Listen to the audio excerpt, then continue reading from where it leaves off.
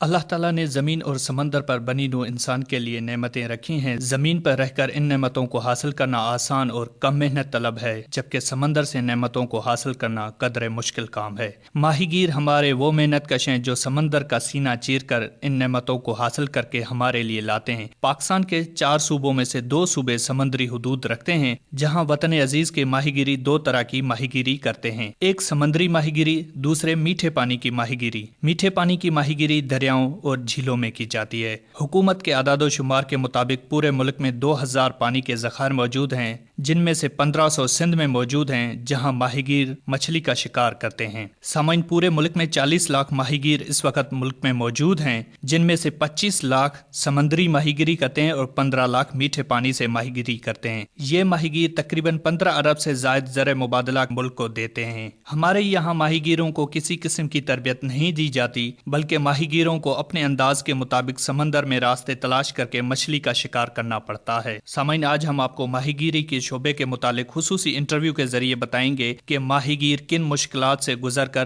ہمارے لیے سمندر سے غذا فراہم کرتے ہیں۔ اس سلسلے میں آج ہم موجود ہیں ابراہیم حیدری میں، اور اس وقت ہمارے ساتھ شریک گفتگو ہیں پاکستان فشر فوک فورم کے چیئرمین سید محمد علی شاہ صاحب۔ سید محمد علی شاہ صاحب، سب سے پہلے تو ہم آپ کو ریڈیو پاکستان کے پروگرام میں خوش آمدید کہتے ہیں۔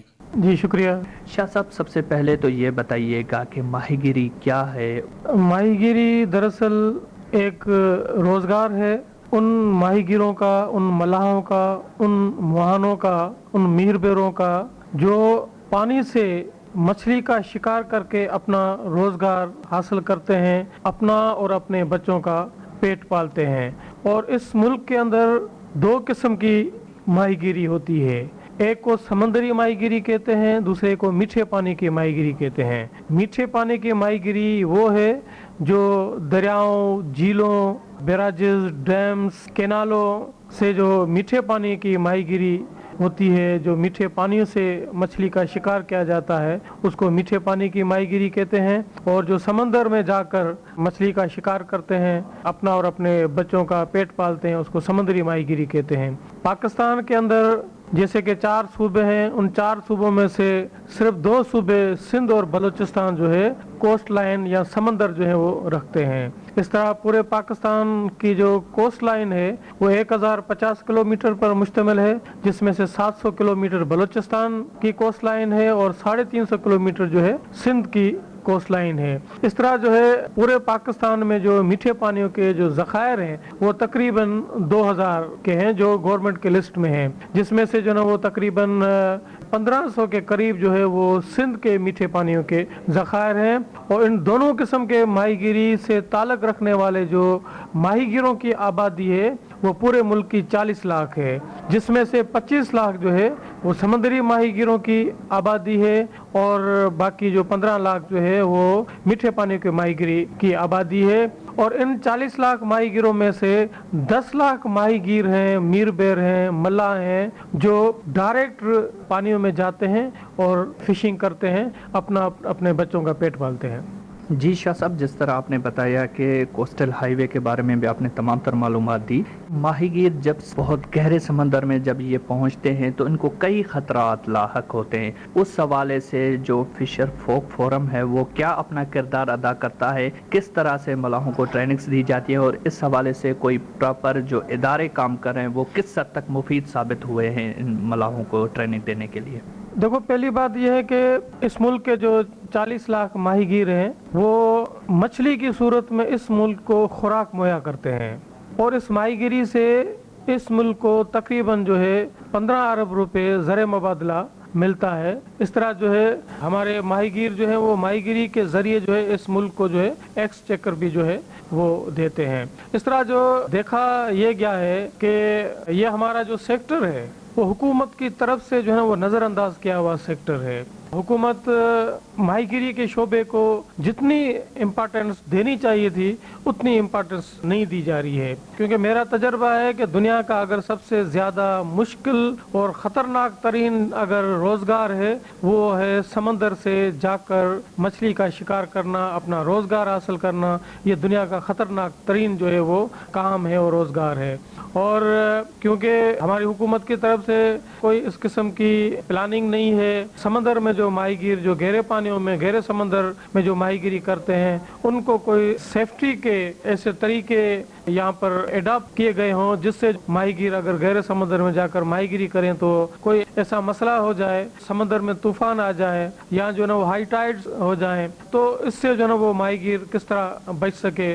तो इस किस्म की कोई ख़ास प्लानिंग नहीं है। बाकी माहीगीर अपनी जो लोकल विजडम है, जो लोकल स्किल है, उसके बुनियाद पर जो है वो अपने रास्ते भी तलाश करते हैं, समंदर में मछली को भी तलाश करते हैं, मछली का शिकार भी करते हैं और अपनी सेफ्टी भी करते हैं। अक्सर पेशतर ऐसा हुआ है जब समंदर के अंदर तुगयानी हो या साइक्लोन या तूफान आ जाए तो उससे कई बार हादसा समंदर में हुए हैं और माहीगिरों की किश्तियाँ और लांचें भी जो है वो डैमेज हुई हैं, नुकसान हुई हैं, डूब चुकी हैं, जाल उनके जो है वो डैमेज हुए हैं। कई माहीगीर जो है वो इस हादसे में जो है वो अपनी जानें दे बैठे हैं। मगर सेफ्टी तो दूर की बात है, मगर हुकूमत की तरफ से अगर समंदर में कोई हादसा हो जाता है, माहीगीर अगर डूब कर मर जाते हैं दौरान माहीगिरी, तो हुकूमत की तरफ से उनको किसी किस्म का मुआवजा नहीं दिया जाता है।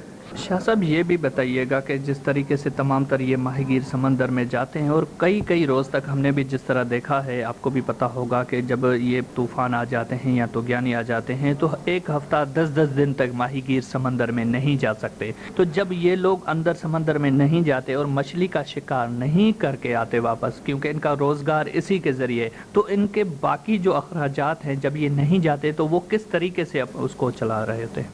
देखो, माहीगिरी एक शिकार है, उसका जो तरीक़ेकार है रोज़गार का वो एक शिकार है। शिकार तो बिल्कुल ऐसा होता है कि जब आप जाएंगे शिकार पर तो शिकार लगेगा तो आप अपना रोज़गार हासिल कर सकते हैं। बिल्कुल जब माहीगीर समंदर में जाते हैं माहीगिरी के लिए तो कभी मछली मिलती है, कभी नहीं मिलती है, कभी अच्छा रोज़गार हासिल कर लेते हैं, कभी वो बिल्कुल खाली आते हैं। कभी कभार ऐसा होता है कि जो है उनको नुकसान भी हो जाता है कि जो अखराजात दौरान माहीगिरी होते हैं वो भी जो है ना नहीं निकल सकते हैं। तो ये एक शिकार है, शिकार लगा तो ठीक है, नहीं लगा तो उससे नुकसान है माहीगिरों को।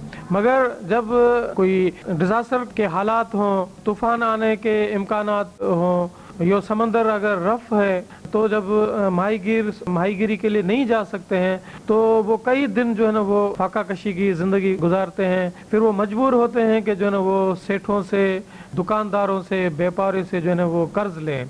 तो कभी कभार उनको कर्ज मिलता है, कभी नहीं मिलता है। तो इस हवाले से हुकूमत की तरफ से कोई ऐसी फैसिलिटी नहीं है कि जब माहीगीर जो है वो समंदर में नहीं जा सकते हैं, समंदर में जाने के हालात जो है वो ठीक नहीं है, तो ये हुकूमत की जिम्मेदारी होती है कि उनको कंपनसेट करे, उनको मुआवजा दे, ताकि जो है ना वो अपना और अपने बच्चों की कफालत कर सके।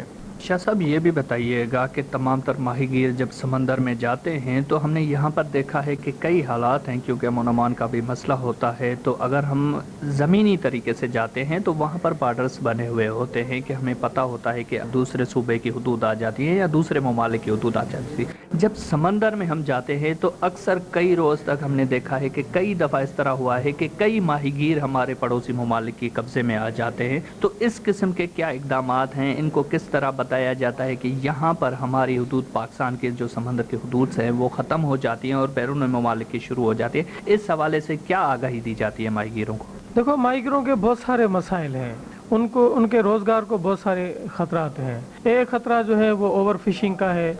ओवर फिशिंग जो है वो नुकसानदा जालों से भी होती है। जो गैर मुल्की डीप सी फिशिंग ट्रालर्स हैं उनकी बेदुरेग माहीगिरी करने की वजह से भी जो है ओवर फिशिंग हो रही है। पूरे शहर का जो गंद है, जो फुजला है, एक अंदाजे के मुताबिक कराची का रोज़ाना 500 मिलियन गैलन जो वेस्टेज है, इंडस्ट्रियल वेस्टेज है, म्यूनिसिपल वेस्टेज है, वो समंदर में डंप किया जाता है, जिससे समंदरी आलूदगी पैदा होती है। इस तरह रोज़ाना 10 سے 15,000 میٹرک ٹن گاربیج جو ہے مختلف ندی نالوں کے ذریعے جو ہے وہ سمندر میں پھینک کر سمندر کو آلودہ کیا جاتا ہے. تو ایک جو ہے نا وہ سمندری آلودگی کا بھی مسئلہ ہے.